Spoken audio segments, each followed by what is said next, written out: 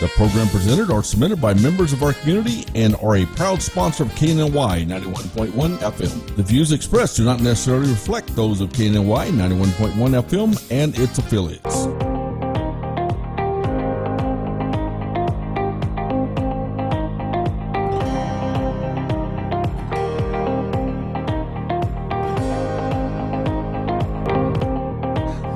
Good morning, and God bless you. I am your host, Orlando Daniels of Today Entrepreneur, and once again, we have some wonderful people that's here to share with us, and actually, it's just several individuals that have great giftings and great talents that each of them make up a wonderful team. So I want to give them the opportunity to share, and then we're going to get over into share who they are, but we're going to get over into what they are doing at this present time and the things that you can look forward to in the future. So I have sitting to the left of me, Mr. Lord Abram. Share with them who you are and go on around the room. Okay, I'm Lord Abraham, great son. I'm a poet, writer, and actor from Galveston, Texas. I have some special guests with me. This young woman is amazing. Awesome. I'm honored to be a part of her board. She's the executive director of the Galveston Island Film Festival and Conference, and along with her, this man is amazing. He's the first black stuntman of Hollywood history right here with us, and he's the president of the board. His name is Marvin Walters, so you guys go ahead and introduce yourselves as well. Hello, everyone, and thank you for having us here. My name is Cheryl Hilton. I'm the founder and director of the Galveston Island Film Festival and Conference. I'm Marvin Walters, and I'm the chairman of the board for the Galveston Island Film Festival and Conference also. One of the things that, if you've been following our station, especially Today's Entrepreneur, I think Lord Abram has been a little bit more involved or interacting with me in relations to getting you all here and being able to share from this platform. But I would like to know, outside of what you all do, what brought you all together? How did you all meet? By the grace of God and happenstance. Well, there's no coincidences. Right. Nothing happens by no happenstance. coincidences. So I had heard that Cheryl was doing a film festival, and I was having a meeting at St. Vincent's House, which is a place where you can go and get assistance for food and so on and so forth. And the former executive director, Michael Jackson, and another member of the community, Leon Phillips, was having a conversation. And at the time, I was working towards doing, different things in the community that deals with the arts and entertainment. Mm-hmm. So they were speaking on it, and I'm like, Cheryl Hilton, no, I don't know that name. But they say, yeah, she's doing a film festival. I thought you would know. I'm like, no, man, for real, where's she at? So one day at the Juneteenth parade, yeah, I was standing on the corner with two of my buddies, and someone say, Cheryl. I say, Cheryl. I say, excuse me, are you Cheryl Hilton? She's like, yeah, hey. I was like, hey. I say, you doing the film festival? She was like, yeah. I say, well, I'm Bobby Wilson. We need to talk. And so it was on from there. And the rest is history. I want to throw in here, the steps of a good man are ordered by the Lord, but all of our days have been seen and written before there was ever a day. But God knows how to connect. Yeah. And the picture is greater or bigger than us. Mm-hmm. And so he knew that you all needed to come together for more than just what you all are doing. Absolutely. Actually now. Amen. But Cheryl, let me ask you this, because when I hear film festival, and especially in Galveston, people think that's just a long trip, like coming to the Woodlands or anything else. Right. But Houston is so spread out. But how did you get over into just filmmaking altogether? Well, actually, I'm actually a dancer, choreographer, and that's how I got into film. Okay. I moved to Los Angeles back in early 2000, and then was doing choreography for different film festivals. So I decided to learn how to work behind the scenes. Went to the Los Angeles Film School and just started line producing, art directing on different projects and different television shows. The one thing that made me want to come back was after the turn of the economic downturn. Mm-hmm. Jobs was kind of hard to come by, especially if you wasn't a part of the unions. Okay. So I was still getting work, but I was being flown like to Canada or to Atlanta, and I live in LA. And my hometown is Galveston, so I was trying to figure out a way to come back home, and because I have a place, my family, and me and my crew members thought about a film festival. Okay. I said my hometown would be perfect, and then we had a classmate who lived in Spain did the same thing, and her hometown is a little island, and she's ranked in the top 10 now in Europe. Wow, wow. Film You know, I tell people, don't ignore the unctionings or the promptings and just your overall desire and gifts. Mr. Marvin, Yes. Being the board chair, and I found out this morning through Bobby that first black stuntman, First black professional stuntman. Right. Share that with us, because that is just That's something huge. totally different. Yeah. Well, the reason I say professional stuntman is because there was one other guy, but he started as an extra and worked his well so up to being a stuntman, doubling Bill Cosby. I came in as a stuntman, started as a stuntman, so I always said I was a first black professional stuntman. Yeah, but then the business got to well, in 1976, I filed 32 EEOC charges against the motion picture industry. Wow. And we won 5 settlement agreements against 5 major motion picture studios, which opened the doors for all minorities. Wow. And you were a minority if you were not related to or relatives of someone in the business. You just weren't going to get into the business. All right, everybody, y'all get some history. Go ahead and keep talking, Mr. Marvin. So after what happened was it opened the doors for, and as usual, white people got the better breaks than we did. You know, they opened the doors for white females, directors and producers, and they don't know how they got there. Eddie Murphy got his start directly because of me. He doesn't realize it, you know. And then the guy on Chips, what was his name on the?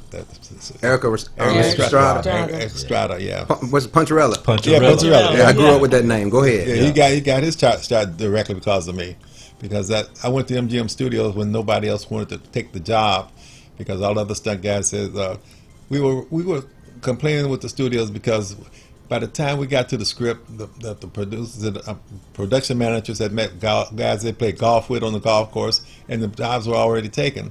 So we met with MGM Studios, and MGM said, well, what do you guys want? We said, well, we want somebody to read the script.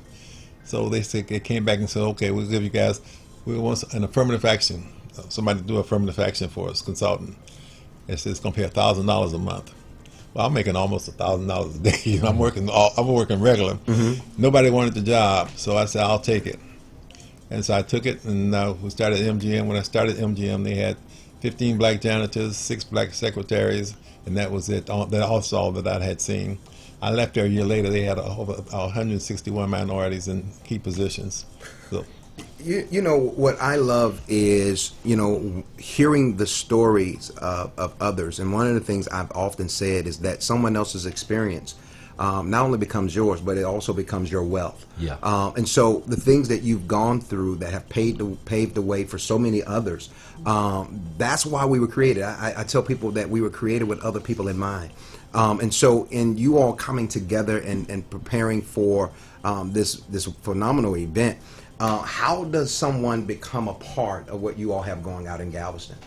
Okay, well, as far as the film festival, we had our submission process, which starts in November. Okay. Every year, and we close out in May. So now we've already selected the films, and we go through Film Freeway. That's one way. Another way, we have a volunteer. If you like to volunteer, that way you can be a part of our festival. You can go to our website and sign up at Galveston Island Film Festival and Conference.com or GIFCON,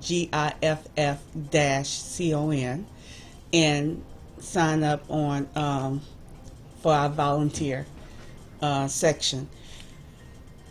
Another part is being part of the board in our communities to help us, you know, get the word out and get sponsorships and advertisement.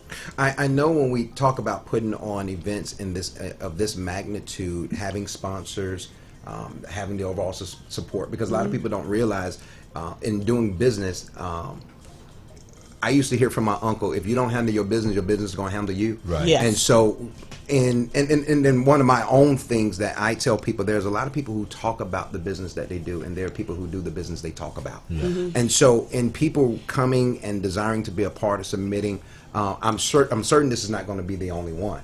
We're looking for bigger and better, the progression of what you all are doing. But in submitting information or coming alongside and helping and volunteering, what would be some of the other things that you would encourage somebody that's looking to get over into your industry? Well, one thing is go to when you go to festivals. That's what they're there for you to network and meet other individuals in the industry, because you got to create the synergy, and that's where you get the magic and the power of film and storytelling and getting the voices out there. We want to be a platform for artists that are not in mainstream, but yet they can still be seen and other people can hear their voices and share with other folks, as well as bring in production companies into our island. We have two major sponsors, which is Moody Gardens, where the films will be screened at on the 3D theater, and we also have Riondo's Restaurante in the ballroom, where we hold all the panels and networking events. Wow! In order for producers and agents and actors and writers, everybody can come together and kind of learn from each other. The good thing about the internet, it opened up all kinds of opportunities for everyone. Another thing is for the filmmakers, if your film is chosen, we have sponsors like iPitch TV. What they do is whoever wins our, not win, but is the top film, they have, they get to go to iPitch, and iPitch would take them to not just all studios in Hollywood, but overseas market and Netflix and Hulu, and pitch their movie. Ivan, I must be in the wrong field. I may need to be writing some movies or something, coming in extra or something. This is wonderful information. Just being able to, sow seeds into others, the things that we've learned, being able to position others because we've been positioned. I want to actually go back to Mr. Bobby. I love when the guests come, because you all know I promote, companies that, that's promoting KNOY. So go ahead, Bobby. Tell them this shirt that I'm holding up. I love when they bring me stuff, y'all. So if you got shirts and you want this out there, get with me. I don't think nobody push like we do here at KNLY 91. Oh, yeah? We put in the work. We go the extra mile for our customers. Absolutely. So tell us about these shirts that I'm holding up. BW York, Players Edition. Absolutely.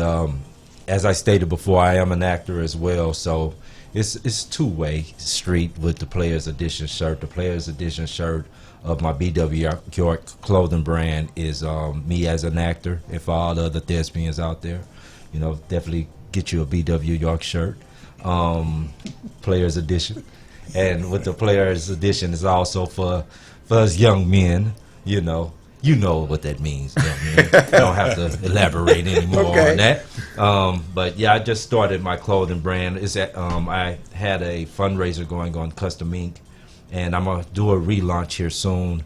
And I was inspired to do a clothing brand by a good friend of mine, Broderick Fingers James, and he and I spoke years upon doing some things, and he wanted to include me on something, and so he was like, hey, you should do it. You should go ahead and launch your brand. And as a poet and as an actor, you have to find a way to keep evolving and stay relative. And so that was what helped me stay relative, was to create a brand. You look at examples like Sean Combs and Damon Johns and stuff like that, and how do you remain relevant as an artist, and this is one of the things that creates and generates revenue for you, but it helps you to stay relevant as well, because I'm not getting any younger. So listen, great group of people. We're running out of time, but I want you all to do me a favor. Go to our page. You're going to find more information in reference to each of our guests.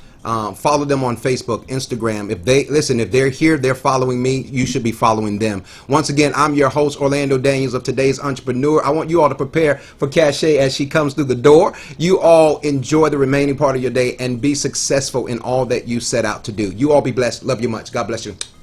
Bye.